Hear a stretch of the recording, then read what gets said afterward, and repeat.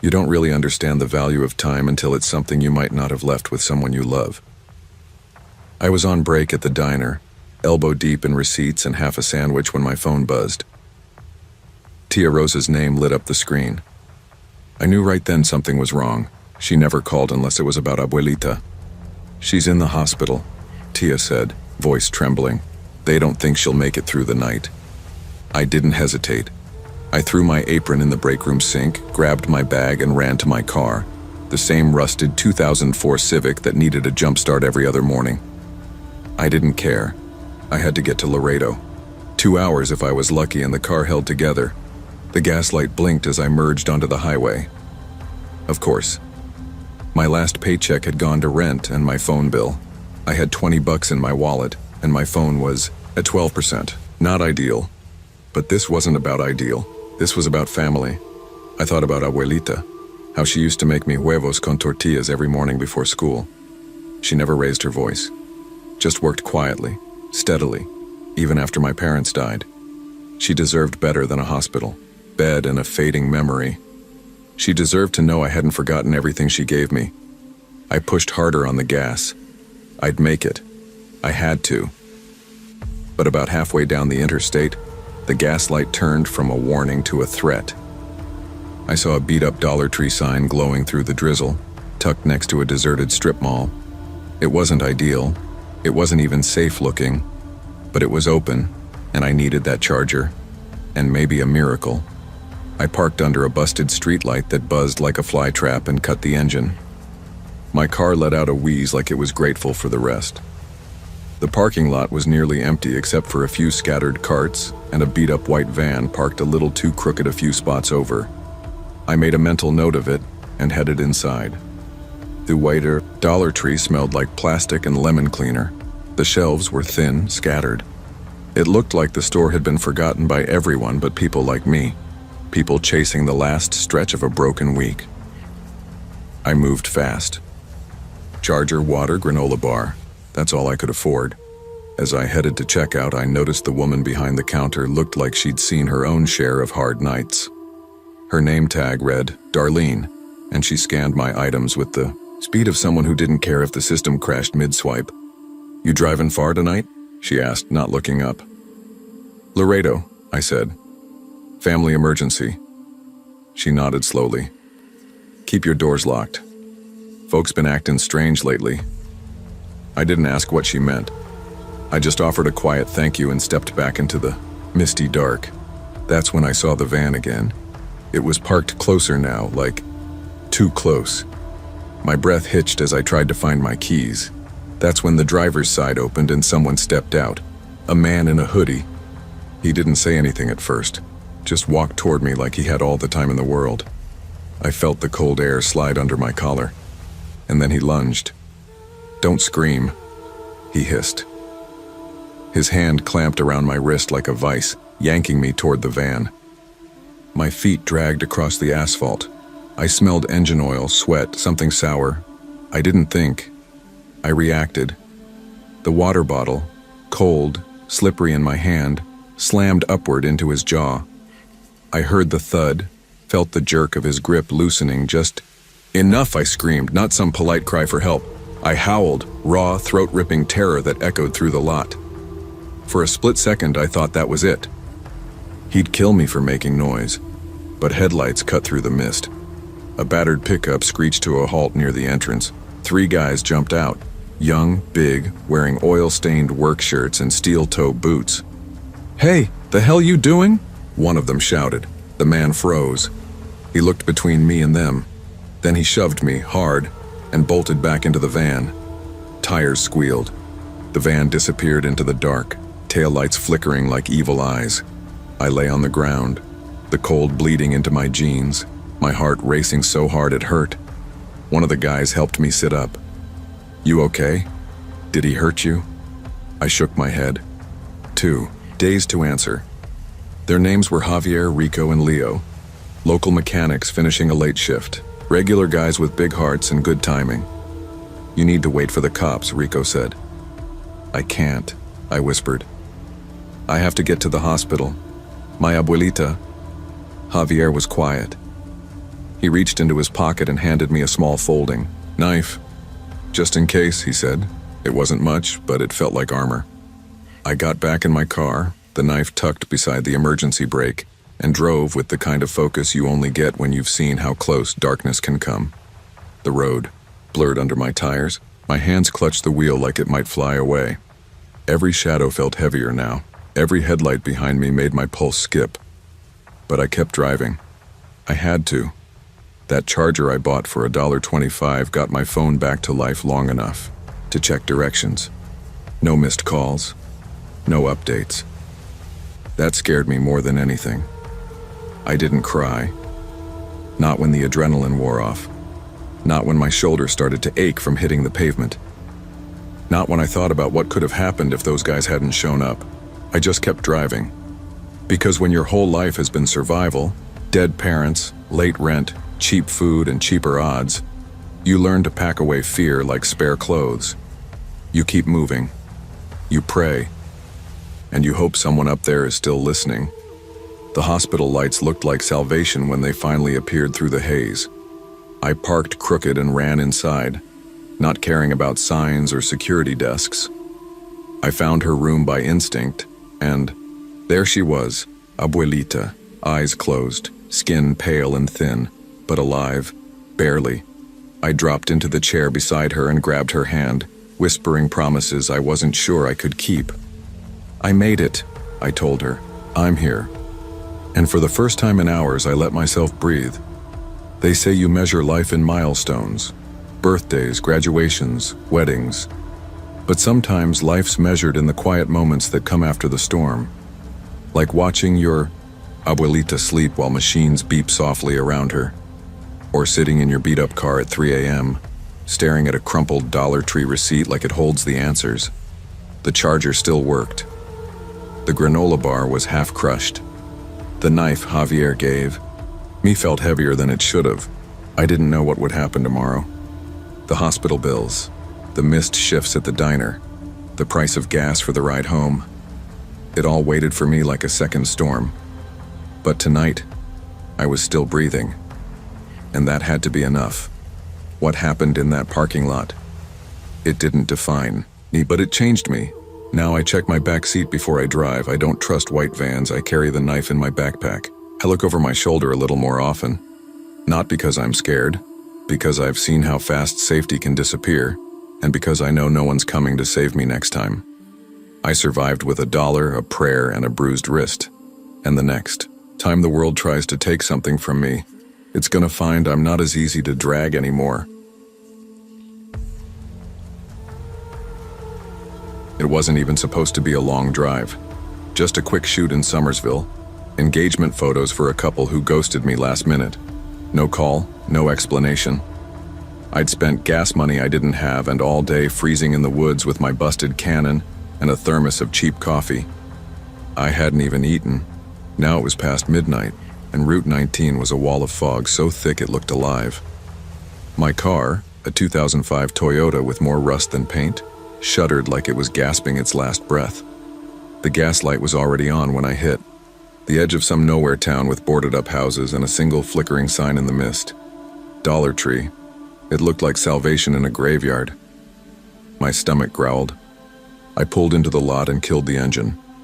My bank account was negative again, but I had exactly $5.12 left on a wrinkled receipt from the ATM. I figured I could grab a pack of ramen, a phone charger, and maybe gum if I was lucky. Inside, the store felt like stepping into a time warp. Fluorescent lights buzzed overhead like dying bees. The shelves were half-stocked. The air smelled like plastic and dust. And the only people inside were an exhausted older woman behind the counter, Marlene, and a security guard in a folding chair by the entrance. His name tag read Hank, and he looked like he'd seen better decades. I moved through the aisles quickly, tossing my sad haul into a green basket. I was too cold, too tired, and too broke to care about much. Then the bell on the front door jingled, and everything changed. At first, I thought it was some drunk Halloween leftover. A prank. Maybe a viral TikTok stunt. She stumbled in barefoot, the door slamming behind her with a gust of cold fog. Her wedding dress, what was left of it, clung to her like wet gauze. The hem was shredded, the bodice stained dark. Her makeup ran in streaks down her cheeks like she'd cried for hours. In her hand, she gripped a broken champagne bottle like a dagger. No one moved. Not me, not Marlene, not Hank. The woman let out a laugh. High, sharp, almost musical in the worst way. "You ever ruin your whole life in one night?" she slurred. Marlene reached for something under the counter. Hank slowly stood, his hand twitching near his belt, though I didn't see a weapon there. "Ma'am, we're gonna need you to—" "Don't," the bride snapped, raising the bottle. Her knuckles were raw. There was blood on her veil. Something about her felt off, not just drunk, not just angry, broken like something important inside her had snapped. She staggered toward the candy aisle, knocking over a display of peanut brittle, then turned back to face us. "Left my groom at the altar," she spat. "Caught him with my brother. My own damn brother. In the limo." I blinked. Hank shifted closer to the exit. "So I fixed it," she whispered, and smiled. Blood glinted on her teeth. "They won't kiss anyone ever again." I felt the air change in that moment. The fake Christmas decorations hanging overhead didn't sway, but something shifted in the room. Something colder than the fog. I backed into the chip aisle, one hand on my phone like it could save me. But there was no service. Of course. Hank took a cautious step forward. "Let's just talk, all right? Nobody's here to hurt you." She looked at him like he'd insulted her dog. "I did what I had to do," the bride snapped. "You weren't there. You didn't see them laughing." Marlene's face was pale, her hand still hidden under the register. I hoped to God there was a panic button or at least pepper spray. Then Lacey, she hadn't said her name, but I'd come to learn it, locked eyes with me. "You," she hissed. I froze. "You look like her, my maid of honor." Fake smile, always pretending she didn't know, but she did. She let it happen. I shook my head. "I'm not." She lunged. It happened so fast. 1 second she was 5 feet away. The next she was slamming me into the end cap of cheap greeting cards, pressing the jagged champagne glass to my throat. "You should have stopped me," she screamed. Her breath smelled like stale wine and rage. I couldn't move, couldn't breathe. That's when Hank made his move. He tackled her from behind, sending us both sprawling. I heard the glass bottle shatter against the floor. Lacey screamed, this terrible guttural sound, and slashed wildly. Hank yelped. Blood bloomed across his sleeve. Then, bang! The sound split the air. Lacey dropped. Marlene stood behind the counter, a shotgun shaking in her hands, and for a moment the Dollar Tree was silent. The cops came in slow, sirens cutting through the fog like saw blades. They sealed off the store, questioned us for hours. I sat on the curb under a thermal blanket, hands trembling. My ramen spilled in the parking lot. Lacey was dead. So were her groom and her brother, killed in a motel 2 towns over. She'd gone back to the church, then wandered down the road barefoot, in the fog, right into the Dollar Tree. The local news called it the discount store bride murders. It went viral for about a week. Twitter threads, TikToks, true crime podcasts dissected it before her body was cold. People debated if she was mentally ill, or a monster, or both. Nobody talked about how scared I was, about the way her eyes looked before she snapped, about how I still smell her perfume sometimes, cheap gardenia and booze, and feel the glass at my throat. Hank needed stitches. Marlene quit 2 days later. I heard the store shut down for good by the end of the month, but I still see it when I close my eyes. The way that aisle glowed under busted lights, the crunch of shattered glass beneath my boots, the way one decision, a stop for cheap noodles, put me face to face with someone else's horror and made it mine too. I don't talk about that night much. When I do, people always want details. Was she beautiful? Was she crazy? Did you know you were in danger? Of course I knew. The air told me before she even opened her mouth. I stopped freelancing after that. Sold my camera, paid off the overdraft, fees, got a job doing photo IDs at the DMV. Boring, stable, predictable. I still live in the same cold apartment, still fight with my landlord about the heat, but I keep a can of mace in every coat pocket now. I sleep with the hallway light on, and I haven't eaten ramen since. There are moments that split your life in half, before and after. For me, it wasn't a wedding. It was a Dollar Tree, just past midnight, filled with fog and fate. Sometimes surviving isn't about being brave. It's about being there, being in the wrong place and crawling out of it anyway. That night didn't make me stronger. It made me smarter. Monsters don't always hide in shadows. Sometimes they wear dresses. Sometimes they look like people, in pain. And sometimes survival comes not from strength, but from knowing when to run, and who to trust when it matters most. Never underestimate the quiet ones, and never ignore the signs.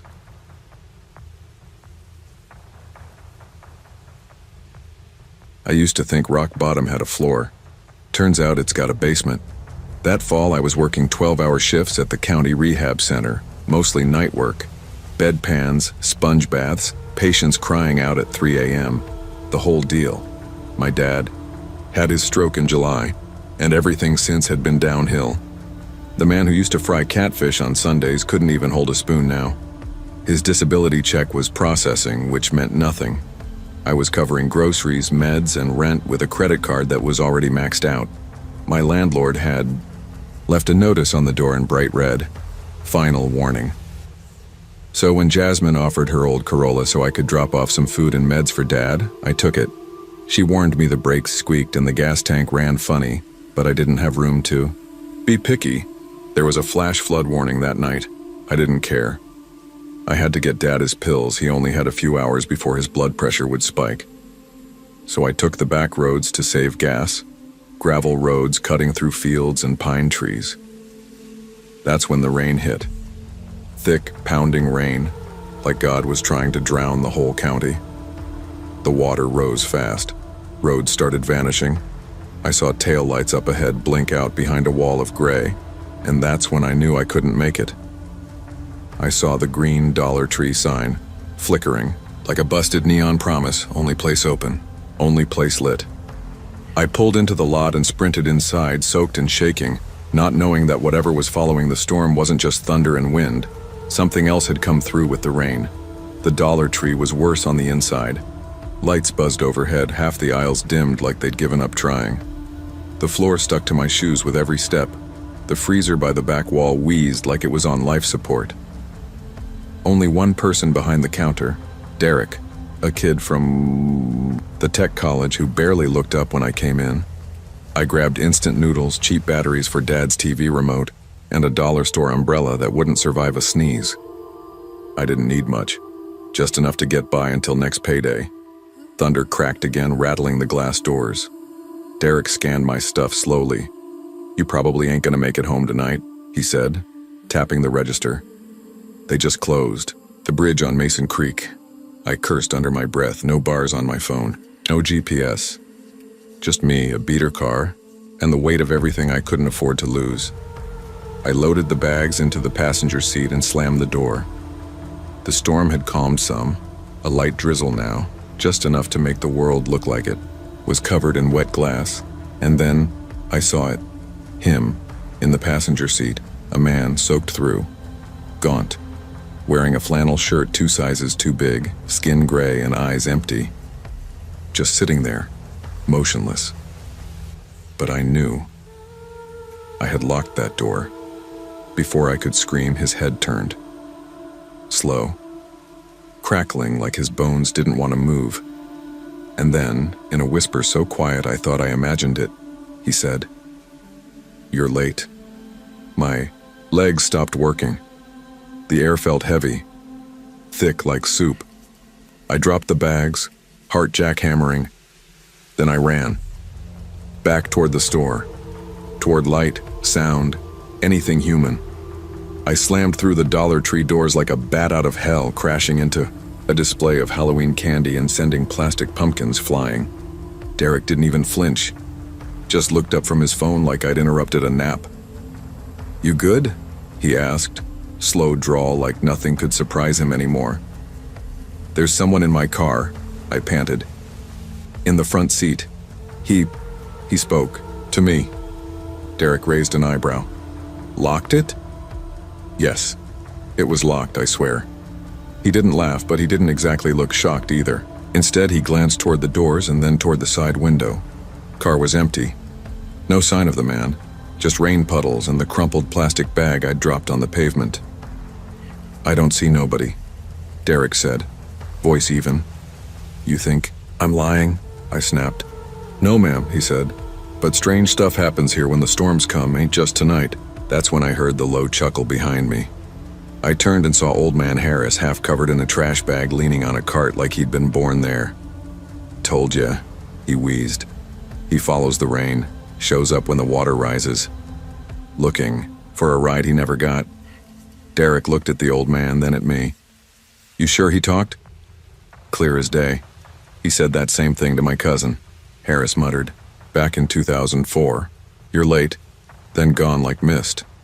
I didn't want to believe it. But the chill in my bones wasn't from the rain. It was something deeper, like fear passed down through generations. I waited in the store until the rain let up, watched the car for movement. Then, gathering every ounce of courage I didn't have, I stepped back outside. The car smelled different. Not bad, just off.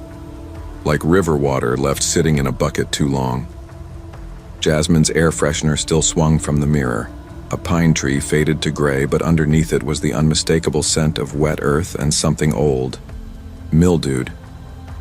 I unlocked the doors again, peered inside. Empty. The passenger seat, where he had been sitting. Bone dry. Like he'd never been there at all. But I knew better. I remembered the way his voice sounded, like water dripping into a deep well. The way his neck had twisted, creaking like wet wood under pressure. You don't forget something like that. You don't hallucinate detail. I didn't get home that night. The main road was closed. I spent the night at a 24-hour diner nearby, sipping watery coffee and staring out the window as the rain returned in waves. When I finally got to Dad the next day, he'd already missed his meds. His blood pressure had spiked, and the neighbor had called an ambulance. He was back in the hospital. More bills, more guilt, another crack in the dam. I told Jasmine everything. She didn't laugh, but she did keep the windows down for a week after that. Said the smell wouldn't leave, like something had soaked into the fabric. A few days later, Derek texted me. I quit. Couldn't take the feeling anymore. I asked what he meant. Harris says that guy's been trying to hitch ride since '98. They never found his body after the flood. Vanished on the road just past Mason Creek. I didn't reply. What could I say? Some things don't care if you believe in them. They show up anyway. It's been a year. Every time it rains, I check the back seat twice. Doesn't matter if I'm just driving to Walgreens or heading to work. I lock the doors, keep the windows rolled up, and glance in every mirror like I'm waiting for something to appear. Sometimes I swear I hear it. A whisper. You're late. It happens mostly in October, when the leaves get slick on the roads and the wind carries that smell of wet pine and muddy ditches. Sometimes I'll be driving and feel a weight shift, like someone sat down behind me. Nothing in the mirror.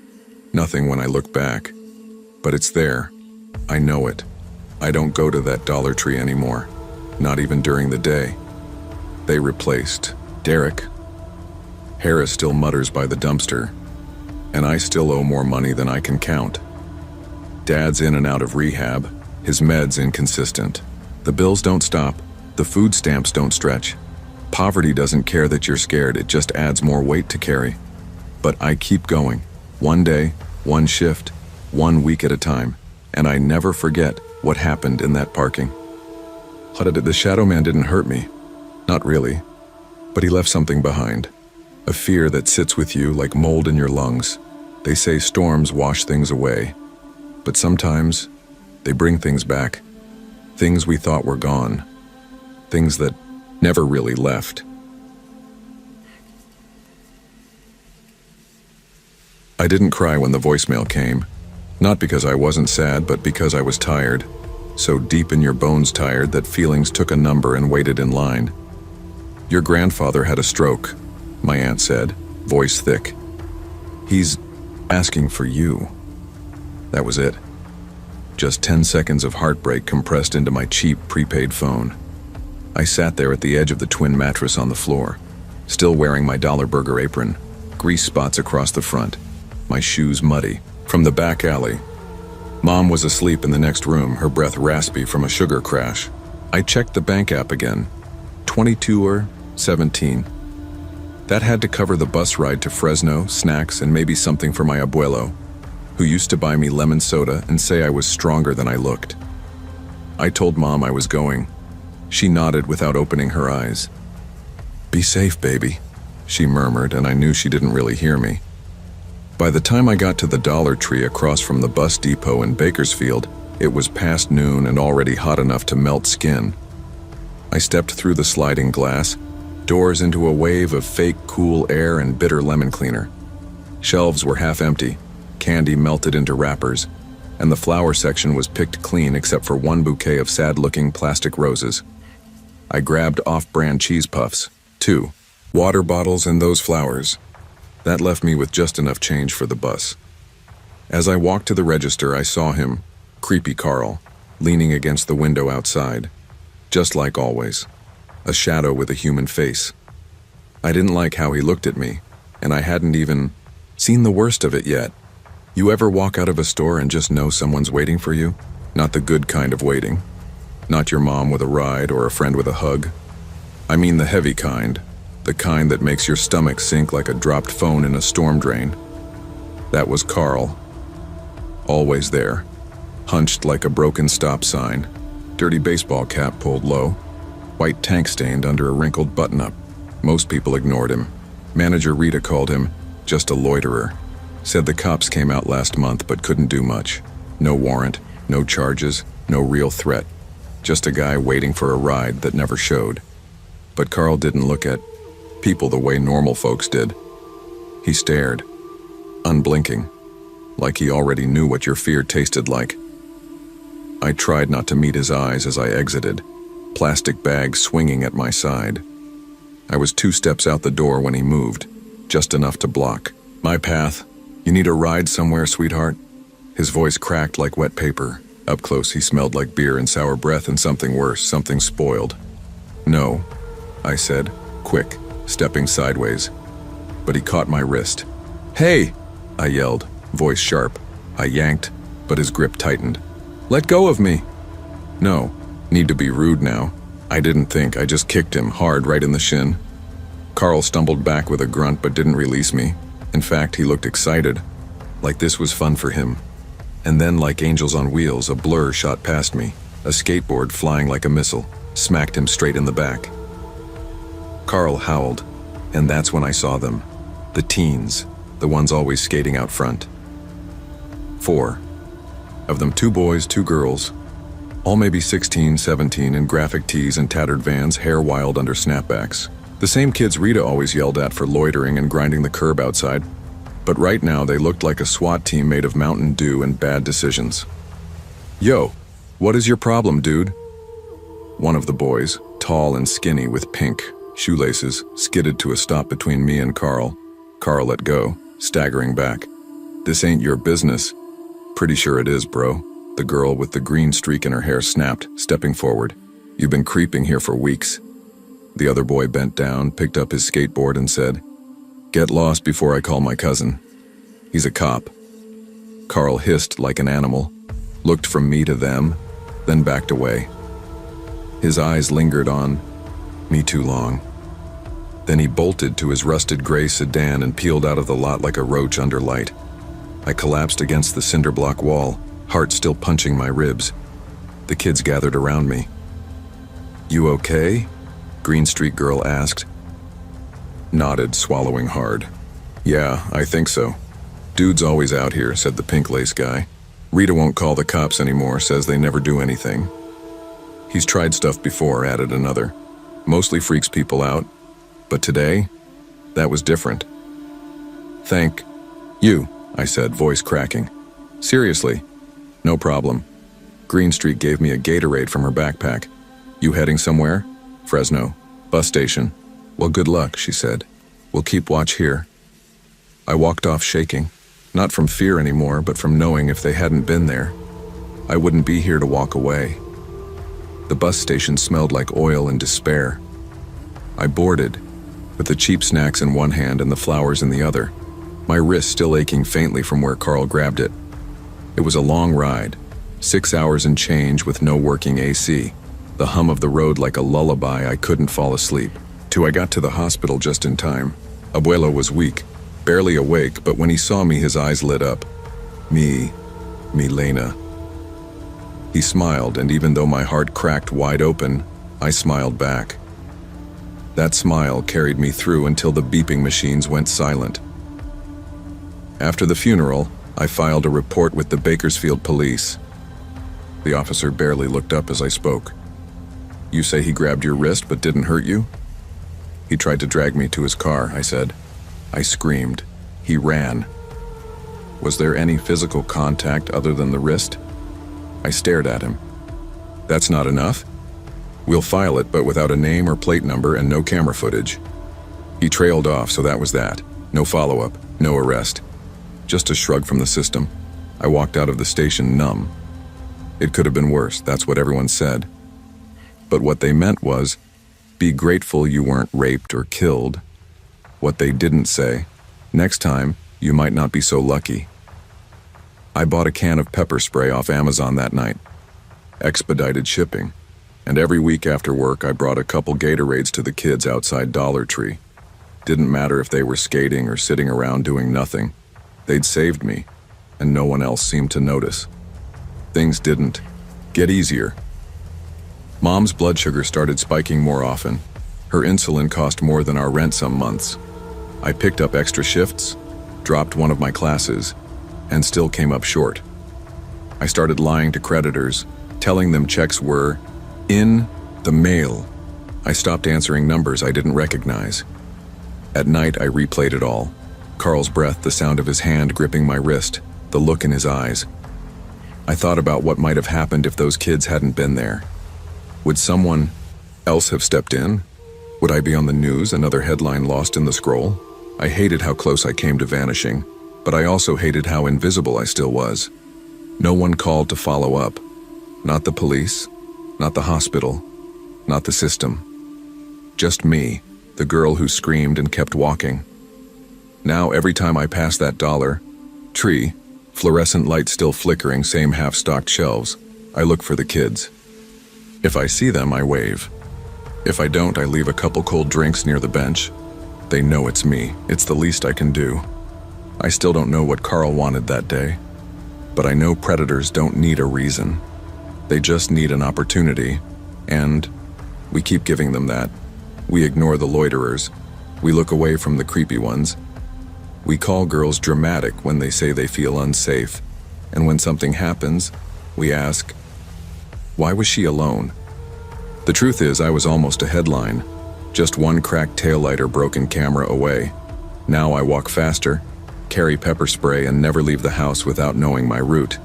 It's not safety, but it's survival. And some days, that's enough. They don't tell you how grief rewires your brain. You start measuring days in small decisions, whether you can afford milk, whether the car will make it another week, whether your body will betray you in the checkout line when you realize your card won't go through. Since Dad passed last March, it's been like that. Every day is just survival math. It was late November, cold, drizzling. I had $22 in my checking account and a stack of past due notices buried under pizza coupons. My job at the strip mall boutique barely paid enough to cover gas, let alone food. That night, I needed toothpaste, ramen, and maybe a $5 charger if I was lucky. I figured Dollar Tree was my best bet. Walmart felt like a luxury. Lena offered to come with me, even though she had a pharmacology exam the next morning. She's the only one who still checks in, the only one who doesn't flinch when I talk about death or debt. "This place is depressing," she muttered as we walked in. She picked up a dented can of tomato soup and frowned. "You sure you don't want to just hit Walmart?" "Don't have the gas," I replied, faking a laugh. As we walked past the cleaning aisle, I saw him, a man standing near the entrance, hood pulled up, face sunken, eyes wild. He looked like he hadn't slept in days. He didn't say anything, just stared. I told myself he was just another guy trying to stay warm. Happens a lot in this town. But something about the way he looked at us, like he was choosing, made my stomach knot. I gripped my basket tighter. Just get in. Get out. Don't start trouble. That was the plan. Dollar Tree at night has its own kind of silence. Not peaceful, more like the kind that makes your skin itch. The kind that warns you not to turn around too fast. Ms. Betty was working the register. She's worked there since I was a kid. Always wore her name tag crooked and smelled like menthols and gardenias. She was the kind of person who remembered your dog's name, even if you hadn't seen her in a year. Lena and I unloaded our stuff. On the counter. Toothpaste, ramen, 2 cans of beans, and the cheapest off-brand charger they had. Ms. Betty looked over the items, then leaned in like she had something to tell us but didn't want the walls to hear. "Y'all be careful out there," she whispered. "That fella near the door? Been in 3 times today. Ain't bought a damn thing."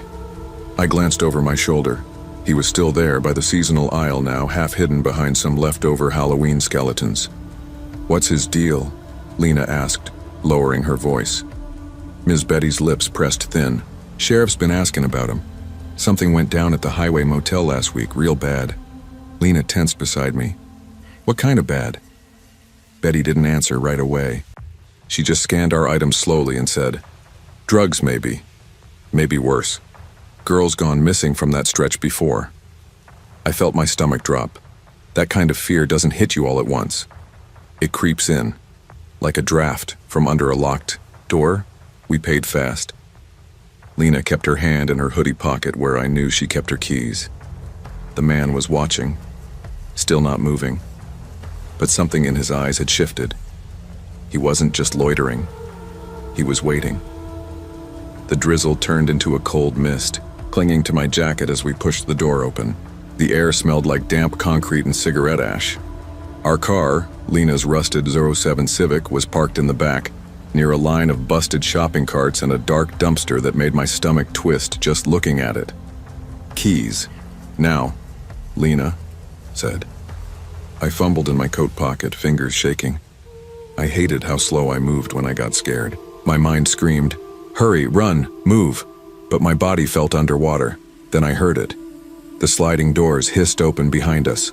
Footsteps, heavy, deliberate. I didn't dare turn around. "Hey," a voice called out. "Y'all got a lighter?" Lena spun, fast. "Keep walking." The man stopped under a flickering lamppost, hands tucked into the sleeves of his stained hoodie. His smile was wrong, way too wide, like he was amused by something we didn't know yet. I dropped the keys. Lena scooped them up before I could even blink and yanked the passenger door open. "Get in," she snapped. I stumbled into the seat as the man took a step closer. "I just need a favor," he said. His voice was low, scratchy. There was something hungry in it. He pressed a hand to the driver's side window just as Lena slammed her door shut. "Wait, I just need..." She didn't let him finish. Tires squealed as we bolted out of the lot, engine coughing but holding. I looked back just once. He was still there under the streetlight, watching, not chasing. Because he didn't have to chase. He already knew what he was capable of. We didn't say a word until we hit the gas station on Highway 78. Lena pulled into a space under the brightest light she could find. Her hand still gripped the wheel like she was bracing for impact. My breath was shallow. I couldn't stop shaking. I stared at the cold convenience store window, lit up with neon beer signs and lottery posters, and tried to remember why I ever thought Dollar Tree would be a safe bet. "We should call the cops," Lena finally said. Didn't answer right away. "And say what? He didn't do anything." "He followed us," she snapped. "He was waiting. You saw his face." I nodded. "Yeah, I saw. But I also knew what the sheriff would say. No assault, no theft, just a misunderstood man hanging out in the wrong place. He'd be gone before they got there." Still, something had changed in me. Some wall cracked open that night. I didn't just feel vulnerable. I felt hunted. like the world had shifted into something colder, something sharper. We sat there for a while, letting the car idle, the heat barely working. I texted my landlord to ask for one more week on rent. No reply. I checked my account. 11/42ers, that man hadn't laid a finger on me, but I still felt violated. Fear like that gets under your skin. It lingers. It tells you that safety was always an illusion, that you're one broken headlight or missed paycheck, away from being truly alone in the dark, and I believed it. I still do. After that night, I stopped going to Dollar Tree by myself. Lena bought me a keychain-sized pepper spray, and I started paying extra for Walmart delivery, even though it meant overdraft fees. Every time I walked to my car after work, I checked the back seat. Twice. People say nothing happened that night. No police report, no headlines, no blood on the pavement. But something did happen. It's just not the kind of thing you can photograph or explain. It's a shift in the way your heart beats when a stranger gets too close. It's the decision to cross the street, to fake a phone call, to keep your head down even when your gut says look up. That man didn't need to touch me to leave a scar. His presence alone was enough to remind me how little stood between me and danger. It wasn't just him, though. The real weight came after. When I got home and saw the unpaid light bill on the counter, the voicemail from my boss reminding me my hours were being cut. I sat on the floor that night eating ramen I could barely taste, thinking about how tired I was of being afraid. Because it's not just the strangers you fear. It's the rent, the student loans, the hollow ache in your chest when you realize your safety net is made of air. The world doesn't need monsters to break you. Sometimes, it just needs one bad night, a locked door, and not enough gas money to get somewhere safer. Never saw that man again, but I see his shadow everywhere. And now I carry that shadow like a second skin. If Tasha hadn't begged, I wouldn't have been out there at all. She's always the organized one, the reliable one, the nurse in training with 3 planners and color-coded flashcards. But she forgot to pick up gauze and notebooks for our study group's trauma simulations, and somehow that became my problem. I'd just failed my pediatric care midterm, my ex was texting me things I'm trying to forget, and rent was overdue again. But I owed Tasha. She'd covered me last month when I overdrafted my account buying textbooks. So when she tossed me the keys to her old Corolla and begged, I said yes. The storm had rolled in fast. Thick, angry clouds spit rain sideways as I turned off the main road and onto the back way near the swamp. The highway was flooding, and my GPS glitched every time. I hit a curve the wipers could barely keep up. It felt like the world was being swallowed in gray water. Every part of me wanted to turn around. But there it was. Through the rain like some low-budget lighthouse. The faint green glow of a Dollar Tree sign. The store sat beside an abandoned gas station, both hunched against the downpour like survivors of a forgotten town. I pulled into the mostly empty parking lot, parking under a flickering lamppost. I cut the engine and exhaled. The rain thudded on the roof like fists. It was almost 11:30 p.m., the kind of hour where normal problems bleed into bad ones. Still, I got out. Just grab the stuff and go, I told myself. I didn't know then that some things were waiting outside. Not inside. Some things don't care if you're in a hurry. I rushed inside, slamming the door behind me. The bell above it jangled once, weak and off tune. Inside, the store was freezing. The fluorescent lights overhead buzzed like angry insects, casting long shadows over mostly empty shelves. No music played. No other customers. The place smelled like mildew and something burnt. I grabbed a red basket and headed for the first aisle, trying to ignore how every footstep echoed louder than it should have. Bandages, notebooks, cheap pens. Tasha wanted energy drinks too for the overnight cram session none of us were ready for. At the front counter stood an old man in a stained Dollar Tree vest. Mr. Guidry, his name tag said.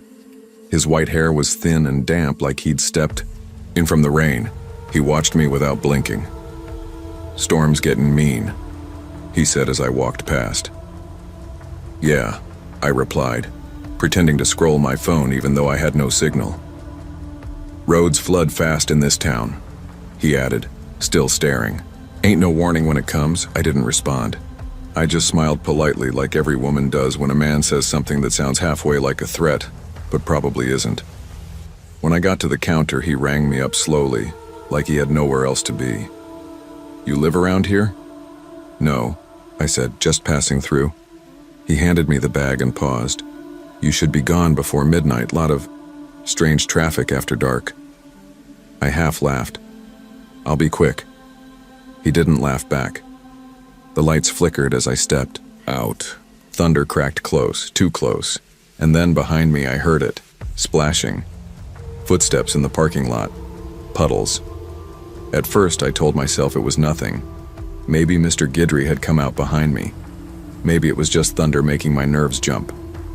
But then I turned and saw him. A tall figure soaked to the bone, his hoodie clinging to his frame like wet skin. He didn't speak. Didn't run. Just stood there, too close, like he'd been waiting. I froze. He moved fast, too fast for someone his size, and lunged toward the passenger side of Tasha's car.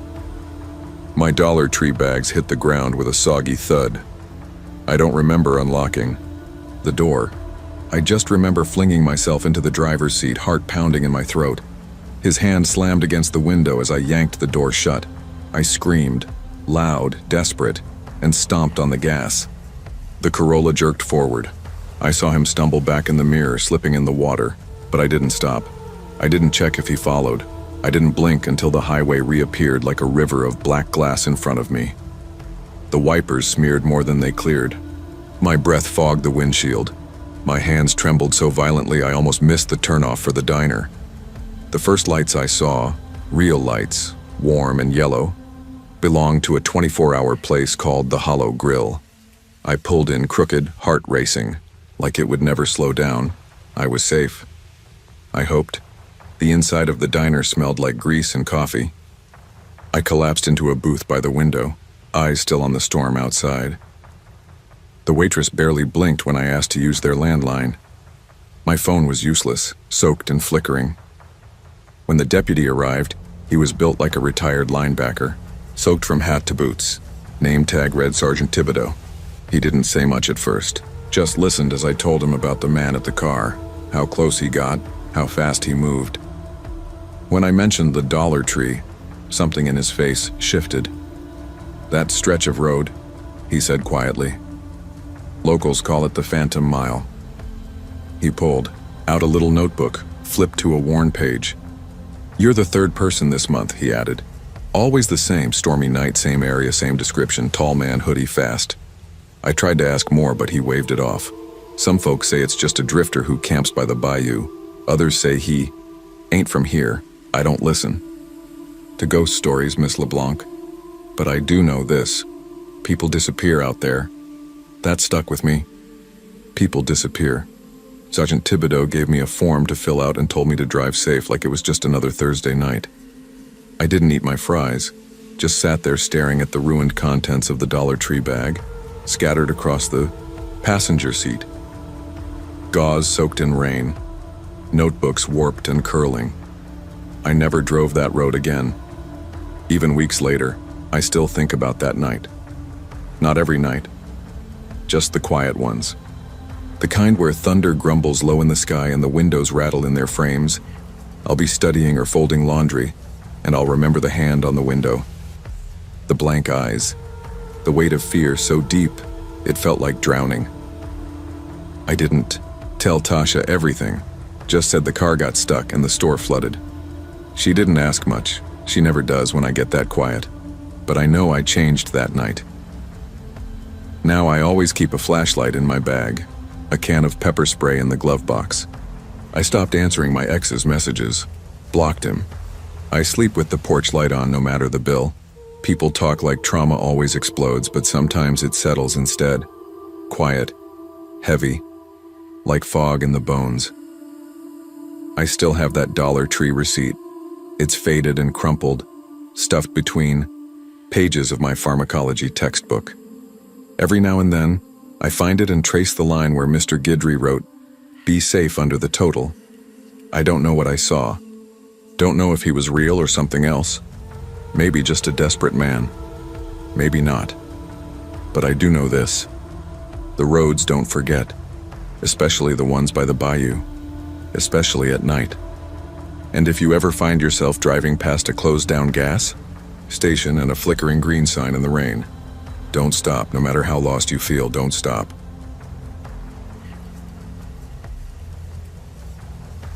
There's hot, and then there's New Mexico hot, the kind that cooks you from the bones out.